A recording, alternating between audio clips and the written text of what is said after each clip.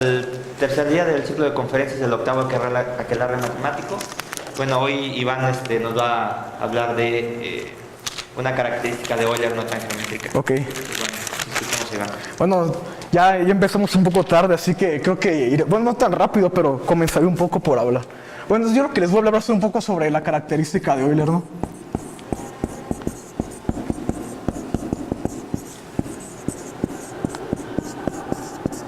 Desde niños, por ejemplo, nos llevan hacia la escuela y nos enseñan, toma un cubo, toma una figurita, un tetraedro acá. Y siempre como que uno se hace la pregunta de, por ejemplo, tenemos un cubo, ¿no?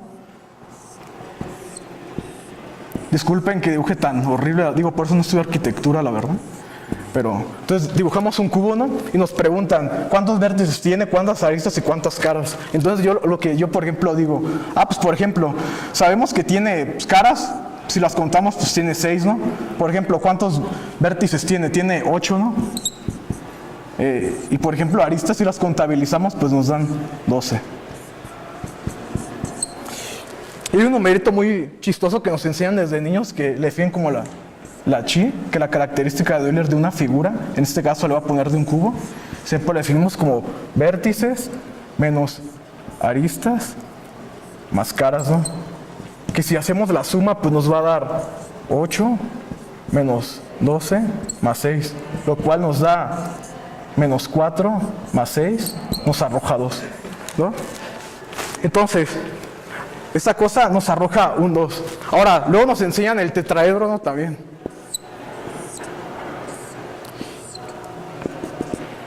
Igual si lo contabilizamos, por ejemplo, ¿cuántas aristas tiene, la verdad? Digo, yo no me acuerdo, la verdad, y lo voy a revisar de mi hoja, la verdad. Porque no me acuerdo, pero esta cosa, por ejemplo, si contabilizamos, por ejemplo, ¿cuántas caras tiene? Pues tiene 4 caras, ¿no? ¿Cuántos vértices tiene el tetraedro?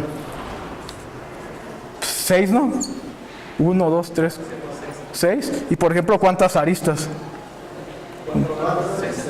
Son, a ver. 6 aristas y 4. 6 aristas, ¿no? Y 4 caras, ¿no?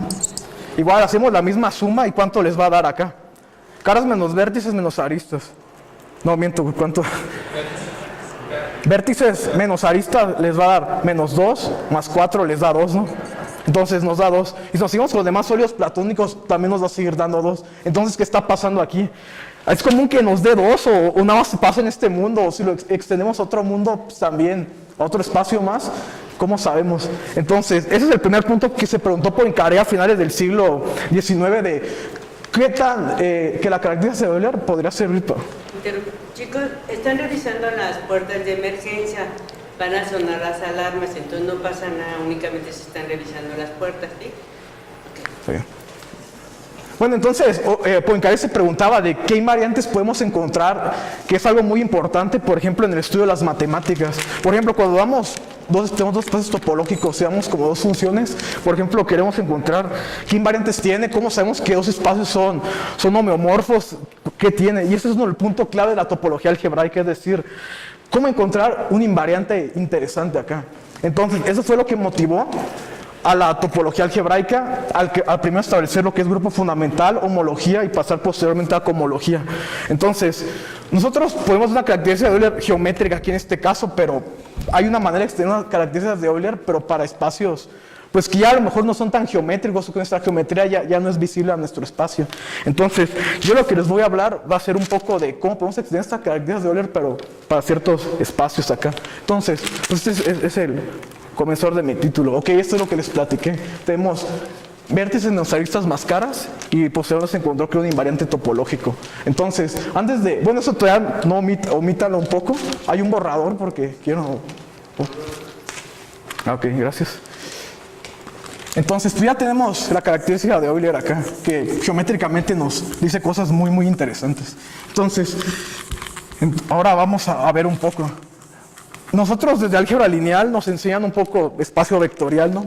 Tenemos un grupo abeliano, un campo, y actuamos. Entonces, podemos definir una idea geométrica, pero a partir de una estructura que le llamamos como R-módulo, es decir, cuando definimos espacio vectorial, siempre tenemos tenemos un campo y un elemento pues, así de un grupo, ¿no?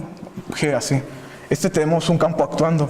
Si ahora yo lo debilito, en vez de un campo le pongo un anillo, pues también como que yo puedo hacer geometría aquí. Aquí, por ejemplo, en espacios vectoriales, pues puedo líneas rectas, subespacios vectoriales, este estilo de cosas. Pues igual, si ahora yo debilito en vez de campo le pongo un anillo, entonces pues podemos seguir haciendo geometría, nuestra sigue viviendo y todo. Entonces, como que la idea de geometría y álgebra pues, es algo que tenemos así desde niños acá. Nos enseñan en secundaria la geometría analítica, sí.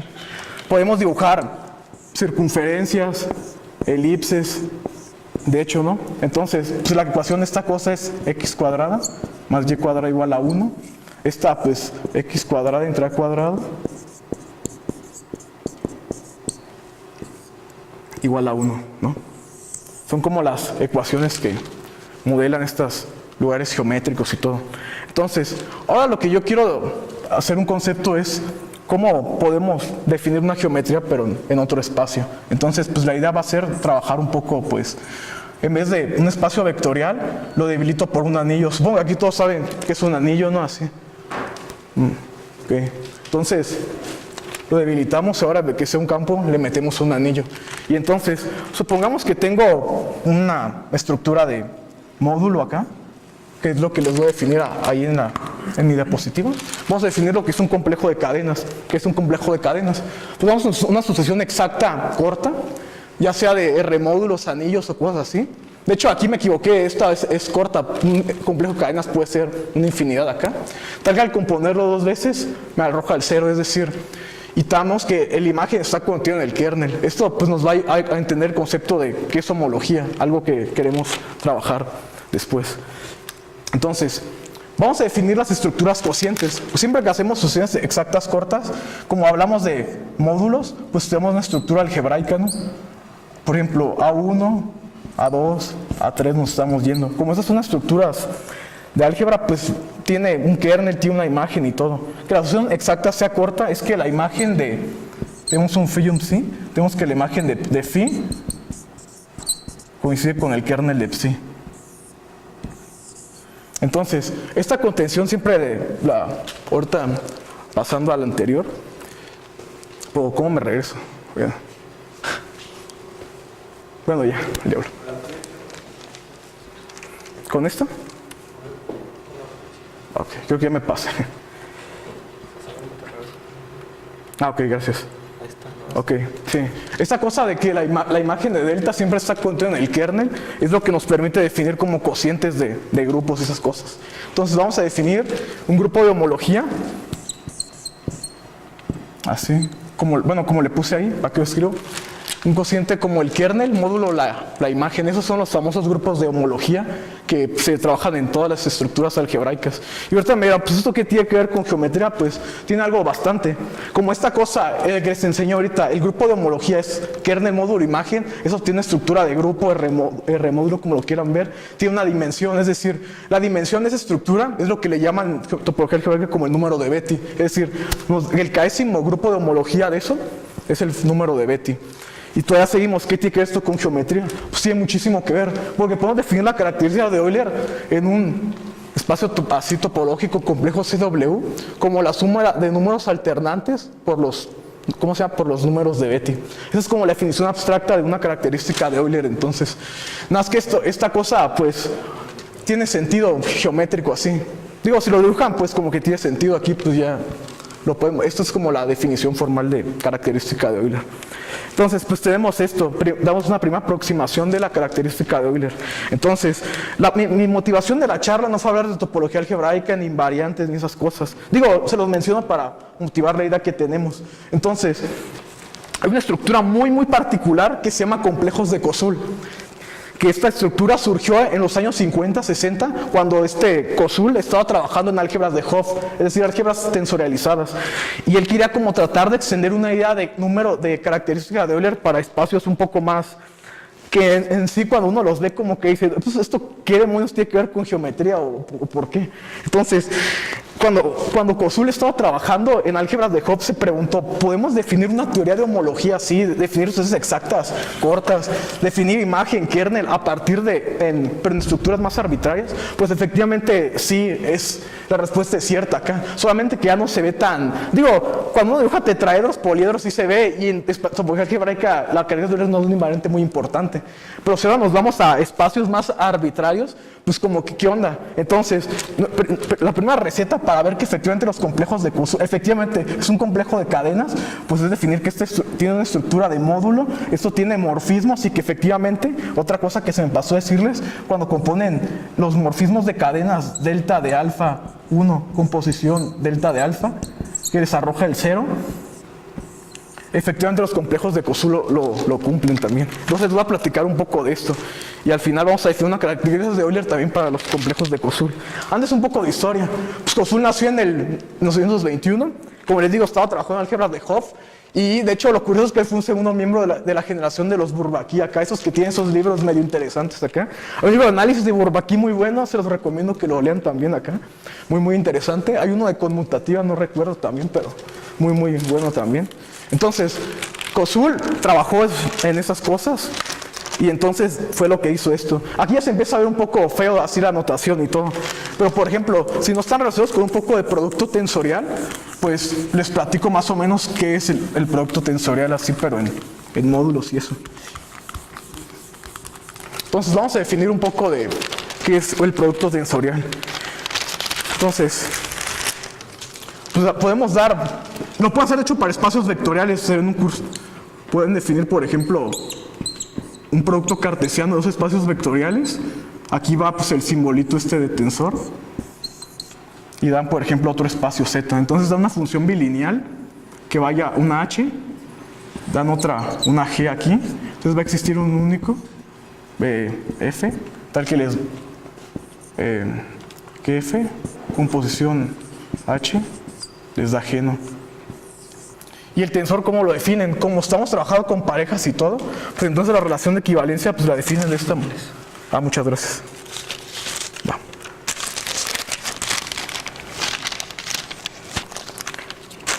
Entonces van a definir aquí la relación de equivalencia.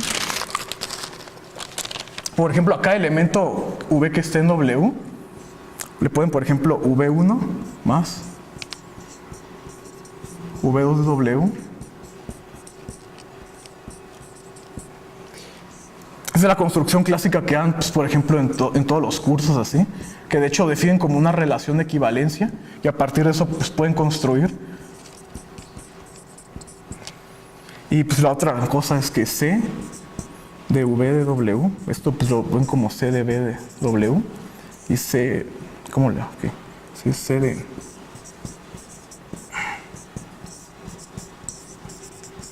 Da como una relación de equivalencia de esta forma, es lo que les permite construir y dar una propiedad universal.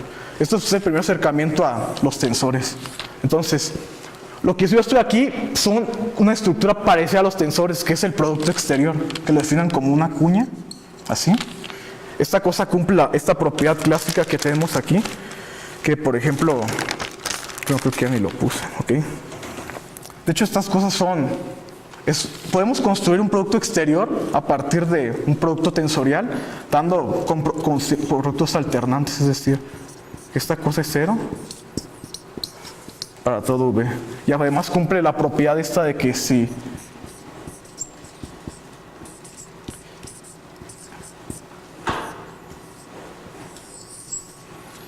entonces, lo que vamos a hacer aquí va a ser construir una cadena de complejos de Kosul.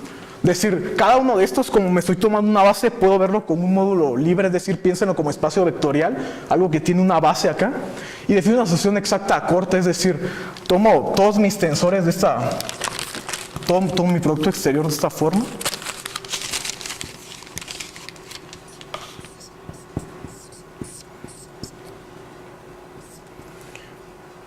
Al R-1 de E, con un operador acá. Y esta cosa pues es lo que les va a hacer cada elemento de la base que me estoy tomando de 1 hasta EK, me lo mando a esta estructura que tenemos. Como estoy pasando de RR-1, tengo que eliminar un término, es decir, el que tiene como un gorrito ahí, lo quito, es decir, ese término lo omito. Y un cálculo sencillo, bueno, no sencillo, es bastante tedioso probar, que si componen estas cosas dos veces les arroja el cero. Entonces, ¿qué es lo que tenemos? Yo hace rato les mencioné complejos de cadena que podríamos dar como una solución exacta cortos, de módulos, grupos, lo que sea, y tal que al componerlo dos veces me arrojaba el cero. Pues aquí tenemos que esta cosa, como soy toda base, puedo hablar como es un módulo libre también. Esta cosa lo mando a R-1, da esta forma sencilla y lo compongo dos veces, es el cero. Entonces, ¿qué estamos teniendo? Pues estamos teniendo que tenemos como un complejo de cadena aquí en esta estructura. Entonces, a partir del tensor, pues puedo definir este producto exterior y entonces pues ya definí. Y si lo ven un poco feo esta cosa, como que les da un poco la características de Euler que se ve un poco en topología algebraica, así como con números alternantes y todo. Entonces, pues, vamos a definir. Y ahora vamos a meterle un poco más de maquinaria. Ahora supongamos que tengo un anillo, es decir, un anillo aquí, primer caso, el anillo que sea que tenemos, y defino elementos, aquí no cerré el paréntesis, definimos X como X1 hasta XR. Entonces definimos los productos tensoriales, aquí tensoriales, de hecho, de esta cosa de K de X, de X1, tensor hasta XR. Y una observación pequeña es que esta cosa la podemos ver como todos los productos exteriores de todos los anillos, tensorializado con un módulo, es decir, cualquier módulo. Es decir, KP de X, como les pongo ahí, esta cosa la veo como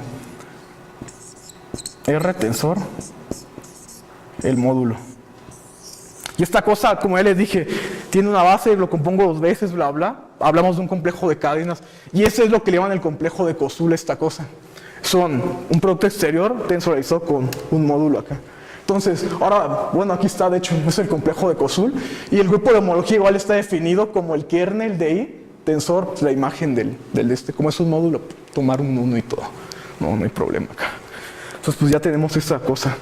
Y ahí, otro resultado bastante interesante que les quiero platicar, de que si tenemos un anillo noetheriano, los que no sepan qué es anillo noetheriano, piensen en Z, es decir, ¿qué es un anillo noetheriano? Pues, por ejemplo, si tomamos ideales de una cadena ascendente, ideales se estacionan, ¿no? Entonces, pues, si tienen que R es noetheriano, los que no sepan piensen que estamos trabajando con Z en este caso. Y M infinitamente general, es decir, pueden jugar como una base acá. Entonces, y me tomo X1 en XR, el radical de R es el radical de Jacobson, que es el radical de Jacobson por la intersección de todos los ideales maximales de un anillo. Es decir, si piensan en Z, pues tómense todos los ideales maximales, bueno, ustedes maximales de Z, se intersectan y ya. Entonces, podemos calcular los grupos de homología de esta cosa. Aquí en el ISOA me equivoqué, es P estricto mayor a 1, entonces podemos calcular los grupos de homología, los complejos de Koszul para P mayor a 1, pues me arroja 0 y la 1 homología de eso también me da 0. Eso lo pueden checar. De hecho, la prueba, esta prueba, si saben un poco de álgebra conmutativa, si les dice R es noetheriano infinitamente general y está el radical de Jacobson, aquí les recuerda un teorema súper importante, el lema de Nakayama, exacto. Es muy importante que le llama lema de Nakayama, que si siempre tenemos, bueno, ahorita no les cuento porque voy a tardar, pero normalmente cuando vean que algo es noetheriano y está en el radical, piensen en el lema de Nakayama. Y de hecho las pruebas de homología las hacen utilizando ese lema de Nakayama, que tiene unas propiedades geométricas medio interesantes también.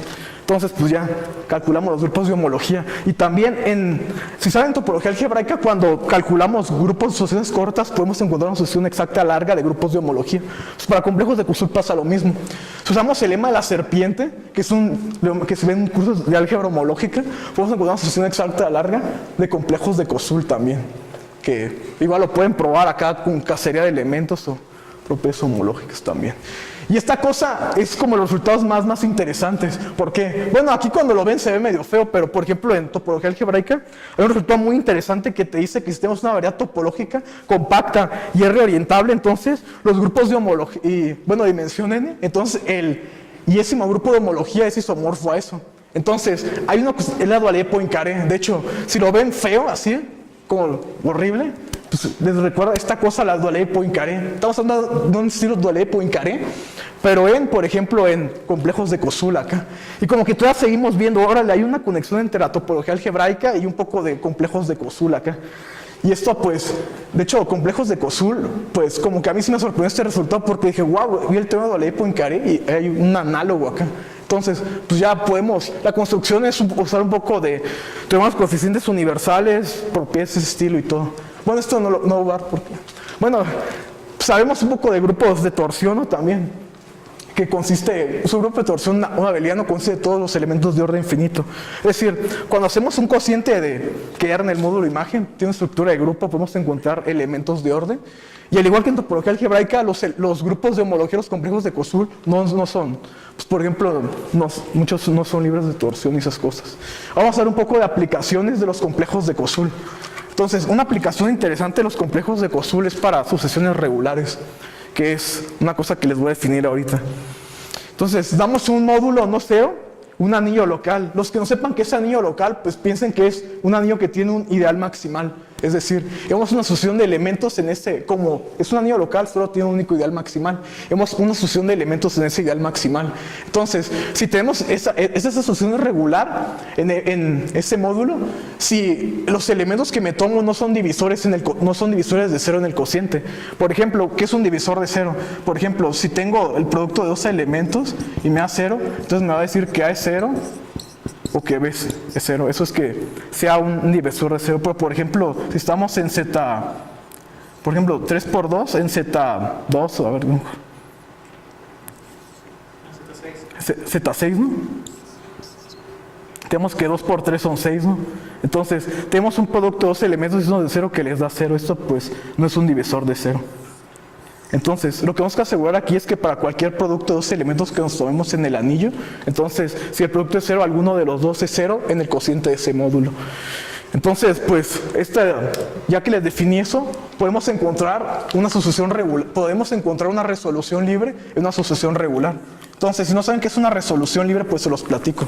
Entonces, una resolución libre, tomamos un módulo y tomamos un anillo, ¿no? Entonces, pues, si damos una sucesión exacta larga, por ejemplo, RP menos 1, y así nos seguimos yendo hasta R1, pues vamos a ver de una resolución libre acá. Y hay unas cosas que llaman resoluciones proyectivas, tales que cada de estos que me estoy tomando son proyectivos, es decir, en vez de tomarme anillos, me puedo tomar E1, E2, todos hasta llegar a un módulo acá. Y cada uno de estos es un módulo proyectivo. ¿Y qué es un módulo proyectivo? Pues un módulo proyectivo solo es esto, damos un módulo P de proyectivo, lo mandamos a M y damos como un morfismo subproyectivo en este. Entonces existe un único que me lo permite levantar. Entonces podemos dar una sucesión exacta, corta de módulos que sean de esta forma. Es decir, pues, por ejemplo, módulos proyectivos y eso. Y pues este es un resultado, una consecuencia de eso, que lo prueban un poco con teoría de multiplicidades. Bueno, es el mismo también. Y aquí pues lo que tenemos, se me pasó a decirles también, pero ahorita les hablé de la Poincaré, ¿no? Hablamos de homología, podemos hablar de una teoría de cohomología, es decir, estructuras que vayan del anillo, morfismos que vayan del espacio al anillo. Pues vamos a definir un dual, ¿no? Es decir, en complejos de Koszul podemos decir que son aquí los grupos de cohomología. Por ejemplo, en homología, por ejemplo, podemos definir esto. 2. 3 acá. Y cuando aplicamos complejos de Koszul, creo que eso ya no lo puse todavía. Bueno, entonces, vamos a dar, ahorita, ok, damos un R-módulo, ¿no? Y tenemos acá complejos de Koszul.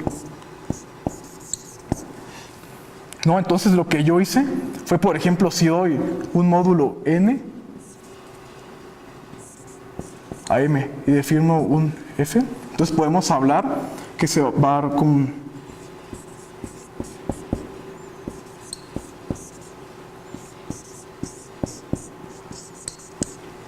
es decir, como que se preserva, ¿no? Es decir, podemos dar como un funtor covariante que vaya de la estructura de remódulos a la estructura de complejos de Koszul. Y más otra cosa, también podemos encontrar una sucesión exacta corta acá, la cual me permita, de hecho, por ejemplo, tomamos M, M3, es una exacta corta. ¿Y qué es exacto? Pues al momento de que yo, a partir de este módulo, construyo un complejo de Koszul, pues la solución exacta se sigue preservando en el mismo sentido.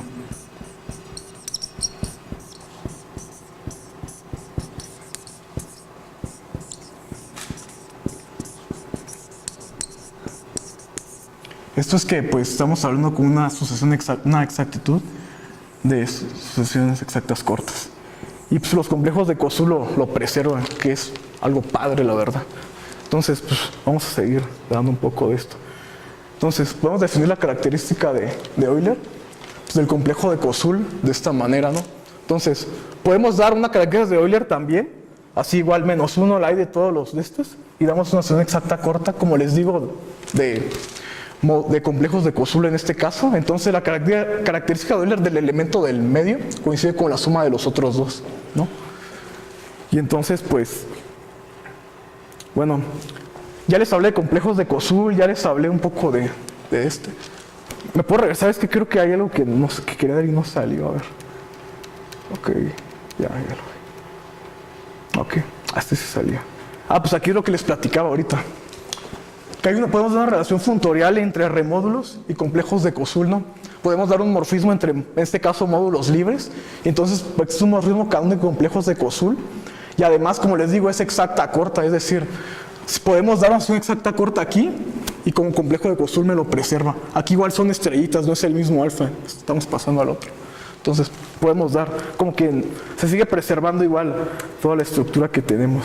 Ya les di un poco de aplicaciones. De hecho, encontré una aplicación en espacios de Banach, pero la verdad como que no lo entendí bastante bien. Entonces, pues ya tenemos una estructura de soluciones exactas cortas, de hablar de categorías y todo.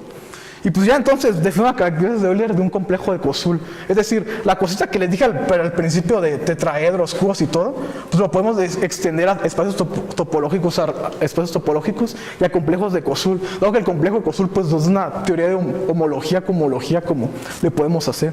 Y vale la pena hablar de números de Betti. Entonces, pues de última y nos vamos. Esto nada más lo metí porque se me hizo interesante ayer que lo vi.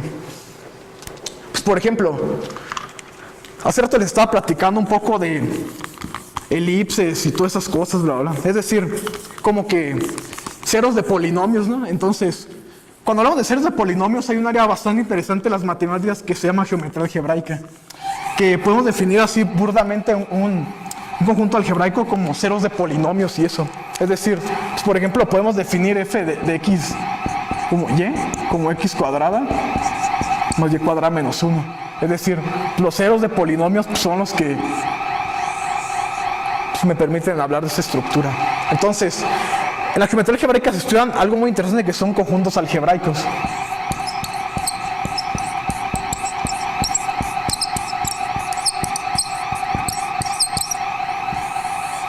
¿No? Que son los ceros y todo. Cuando te metes a geometría algebraica más avanzada en el fondo, los conjuntos algebraicos tienen muchísimos problemas, como que tenemos estructuras no tan rígidas, problemas así. Y entonces podemos generalizar a este conjunto algebraico. Cuando empezamos a trabajar, le dan una cosa que le llaman una estructura topológica, topología de Zariski, que pues, te ahorra muchísimo la vida acá.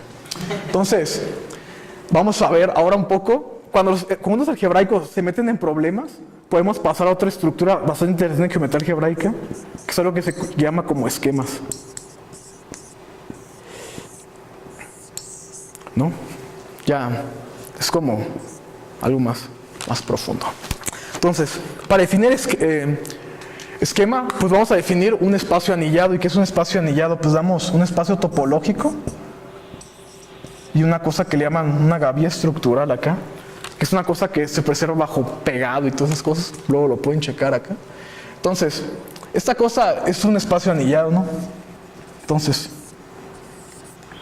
un esquema se va a definir como un espacio anillado, como les digo aquí, el cual es isomorfo al espectro de un anillo conmutativo. ¿Y qué hago más el espectro de un anillo conmutativo? Pues tenemos un anillo, podemos encontrarle ideales primos acá. Pues el espectro es el formado por los ideales primos del anillo. Es decir, cuando nosotros trabajamos con conjuntos algebraicos, le damos una topología de Zariski a los ceros de polinomios. Y a partir de estos ceros son con los que podemos definir variedad algebraica y otras cosas. Entonces en esquemas, en vez de trabajar con una topología de Zariski basada en conjuntos algebraicos, podemos dar una estructura de topología a los ideales primos de un anillo acá. Entonces, pues un esquema afín es algo que se define como un espacio anillado el cual es isomorfo al espectro de anillo conmutativo. Y podemos encontrar una característica de Euler también, es decir, nada más que aquí en vez de en homología vamos a pasarlo a cohomología. Entonces podemos encontrar una característica de Euler para un esquema, la verdad, la cual está definida de esta forma acá, donde pues, F es un esquema, esto pues, es la característica de Euler que les platiqué, y estos son pues las cohomologías de los números de Bethe y las cohomologías, donde cada uno es el 10º grupo de cohomología. Entonces, a lo mejor sí, pues, sí estuvo un poco, no son muchos términos y todo.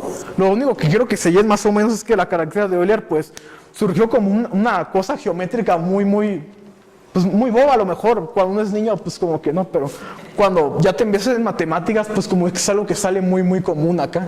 Y pues de alguna manera como que yo la primera vez que lo vi dije, ching, como que una característica de Euler en un esquema, en un complejo de Koszul, como que está loco el profe, ¿dónde sale eso? Pero el problema es que puedes definir características de Euler a partir de todo este bagaje pues, homológico y todas esas cosas. Y pues ya no, es una frase que se me hace muy interesante acá. Spearman que dice, el álgebra no es más que geometría y la geometría no es más que álgebra abstracta acá. Porque pues como que cuando empezamos con álgebra, como que dónde queda la geometría, pero pues, no es lo único que les quería platicar. Sí.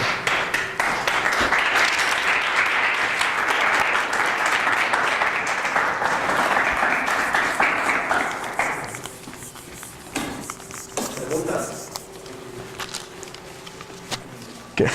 En la dualidad de Poincaré dice que los grupos de homología y cohomología coinciden, pero necesitas que las variedades sean no orientables. Por ejemplo, para variedades no orientables no podemos saber el resultado. No sé, si no le pides R orientabilidad, pero no tengo idea la verdad. Sí.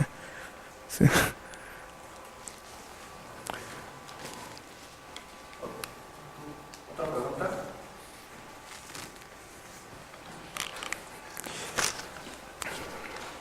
Bueno, pues si no hay más preguntas, pues agradecemos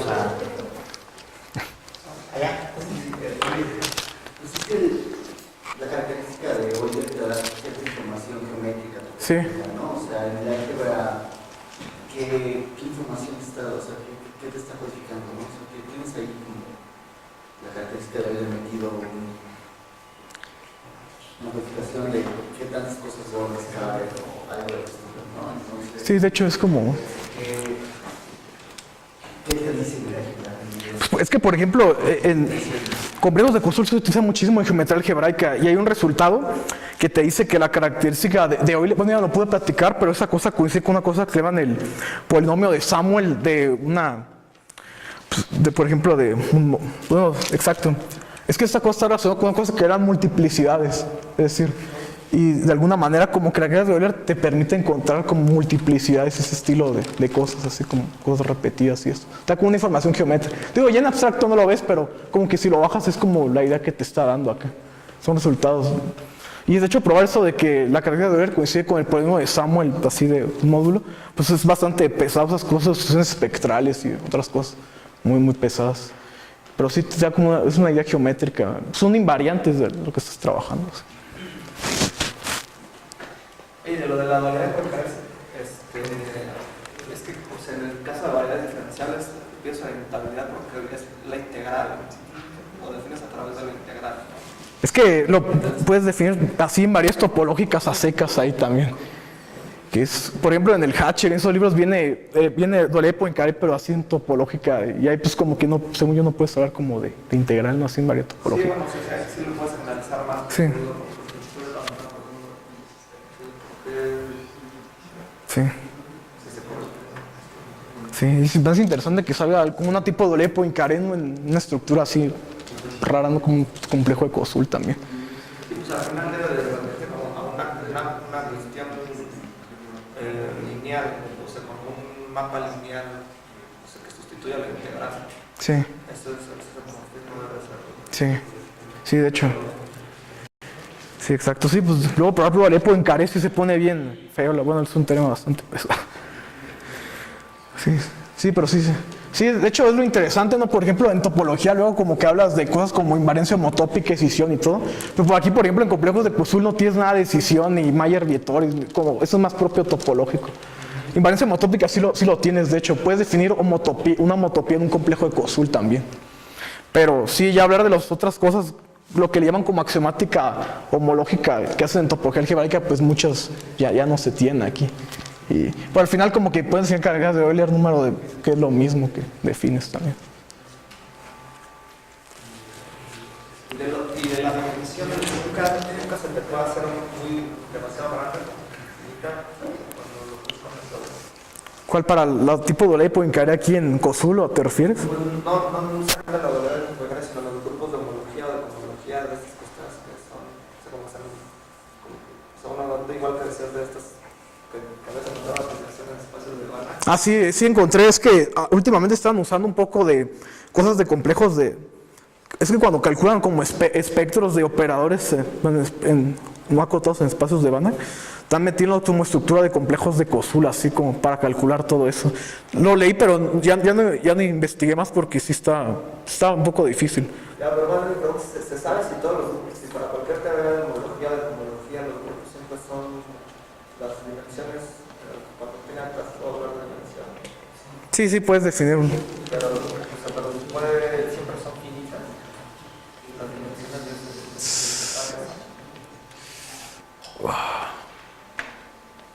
en el caso de operadores de Banach, supongo que podrías aproximar por diadas y cosas de ese estilo, porque hablar de un chunche de esos en dimensiones infinitas. Sí, pero por ejemplo es como... No solamente lo podrás hacer para operadores en espacio de Banach. Sí, de hecho. Sí, no, es que a mí lo que me metí es, por ejemplo, cuando empiezan a, como son tensores y todo, productos exteriores y eso. Por ejemplo, como meter cosas de tensores y productos exteriores de espacios de Banach, a mí como que me da un poco de mala espina o algo, porque, por ejemplo, la parte de espacio vectorial pues sí lo puedes definir y todo, pero por ejemplo hablar de una completez, construcciones de Cauchy completo también en complejos de Koszul, yo no lo veo, la verdad, sí. Bueno, tal vez a lo mejor le quitas la parte de Banach, después topológico. Sí, puede ser que eso nada más le meten. Sí, porque, por ejemplo, también en geometría algebraica hay lo que llaman completaciones, que puede ser como un tipo sucesión y esas cosas. Pero aquí sí, la verdad, yo cuando lo vi, sí me quedé así de... Como que metí un poco de mala espina eso de hablar de una completez así. Pero sí, se me hizo bastante interesante esta cosa de...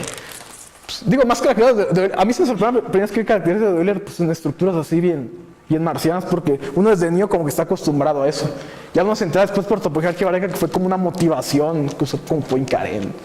Y ya al final llegar a todo esto, pues como que sí dices, wow.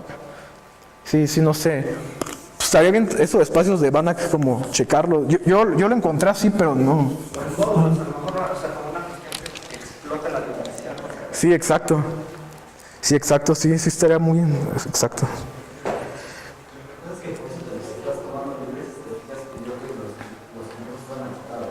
Sí. Pero no hay una teoría así como... Por lo general le tienes miedo a sumar las implicaciones. Sí. Entonces, claro. Pero, Sí. bueno, Sí, por eso, de hecho, la característica de Euler aquí la defines como las defines en un complejo de Koszul acotado, es decir, como que lo cortas a cierto punto para meterle. Porque ya como que, sí, cierto, como que infinito está raro ahí, como que. Nada más que lo de Banach sí me mete bastante ruido, así como que yo.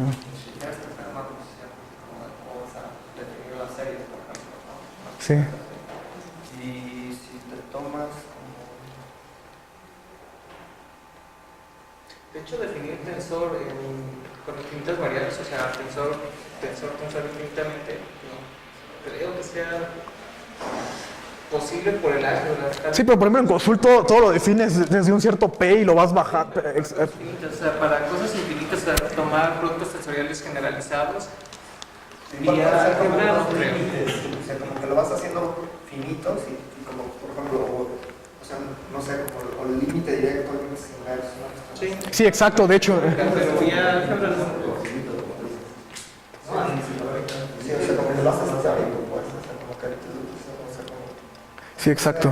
Primero estoy aquí capuchando. Esto un poco de COSUL lo pueden encontrar en el Eisenbuch de Geometría Algebraica, como el capítulo 11 o 12, no me acuerdo, viene un poco de eso acá. Es como lo que lo empieza a trabajar, pero no sé dónde lo pueden encontrar, es que también como que luego hay completos de COSUL más generalizados, que luego como que tienen interpretación geométrica en espacios tangentes y rollos acá con haces y todo. Nada más que ya no me metí en eso. Pero pues tiene sentido porque como lo trabajas en esquemas, pues un esquema, igual que una variable algebraica, pues le puedes construir como su espacio tangente y todas esas cosas. Lo has fibrado y todo. Y tiene unas influencias geométricas ahí medio interesantes acá. Pero sí está...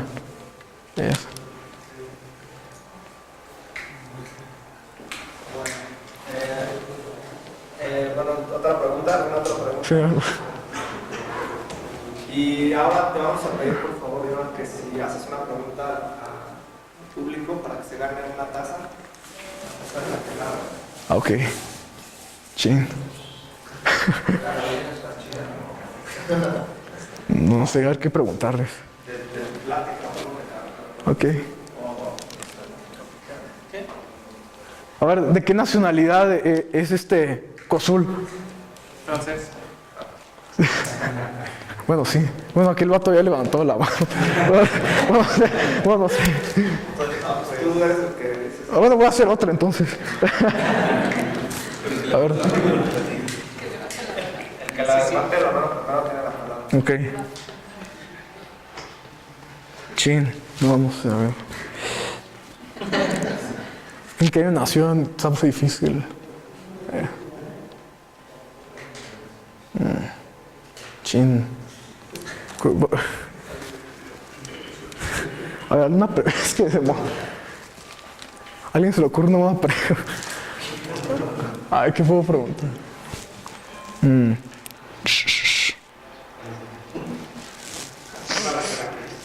Bueno, podría ser. ¿Cuál es la característica de Euler de una SN esfera acá? ¿Cuál? bueno, de SN, dos, supongo, pero para SN, la N arbitraria, supongo que sigue siendo 2. No, según yo te queda como 1 más menos 1 a la... Creo que N más. Si queda esa, no sé, según... Sí, según cuando... La usan con teoría de grado, ¿no? La usan con tu ¿Qué? Sí. ¿Otra pregunta? Sí. A ver. Menciónenme 3 matemáticos franceses acá. ¿Cuál de los dos levantó la mano primero? Sí, yo no lo vi. Otra pregunta ya.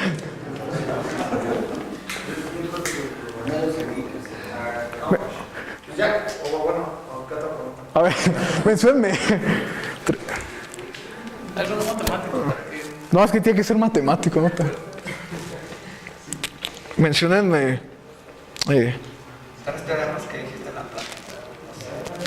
Ok, no, pero es que ninguno le puse no. La característica de... No, es que sí está bien maldita sea. A ver qué... A ver. Ya, pusieronme 3 matemáticos alemanes acá. ¿Quién? ¿Quién es? Ahí solo quería la taza,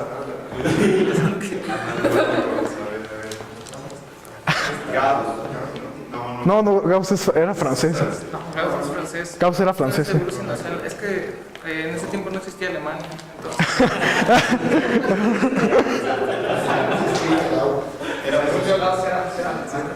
Es que no existía. Va a ser que estaba en Alsacia y Lorena, esas partes que eran de Alemania. Es que, bueno, Alemania no tan viejo, estaban los imperios. Gauss era francés, ¿no? Freddy, no sé qué mierda estábamos. Riemann, Gauss y la alemana.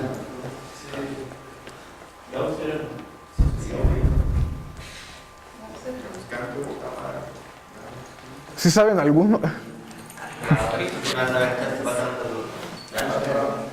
Vamos a confirmarlo. Seguro, era la parte de...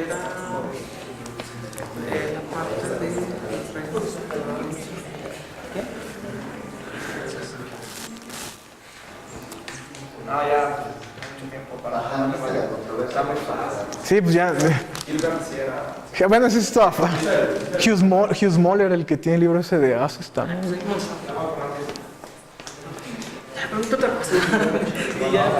Les dije lo de la de. Otra, porque ya va a empezar la otra. Ok, aunque no ha llegado el expositor, yo lo conozco. Sí. ¿No va a llegar? No, es que no ha llegado. Yo lo conozco acá. Ayer pasó que pensaron que había una película. A ver, una pregunta matemática, a ver. Esta. ¿Qué?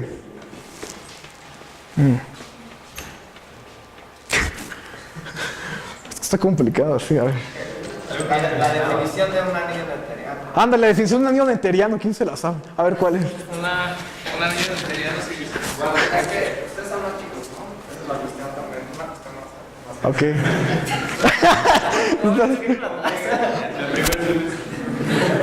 Primer semestre. Ya, entonces. Porque no es algo así como estoy pensando en un número natural entre el 1 y el 10. ¿Vas a exponer? 3 de febrero de 1855. Gótica, Alemania. Pues sí, sí, era Frederick Gauss.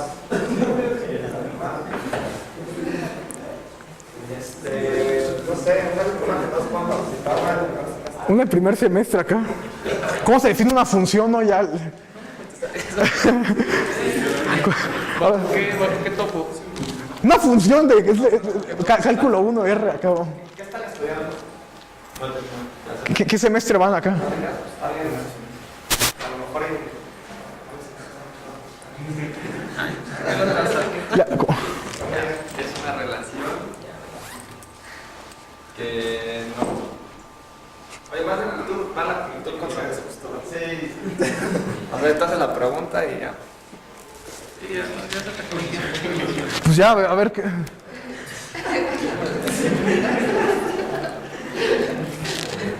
A ver, ¿de qué nacionalidad es? Díganme la nacionalidad de Atilla acá. Atilla. Soy matemático. Increíblemente. ¿Qué hizo? Sí, un libro de álgebra conmutativa. A ver qué meto. Algo de Atilla. ¿Qué es Atilla? Sí, de la nacionalidad de Atilla acá. Según yo es estadounidense. Según yo es inglés. A ver, revisen porque según yo es de otro país. Sí, sí, Igual y si hay, si no estoy seguro, la neta. Sí, es inglés. Es inglés. sí es inglés. ¿No? Nadie dijo.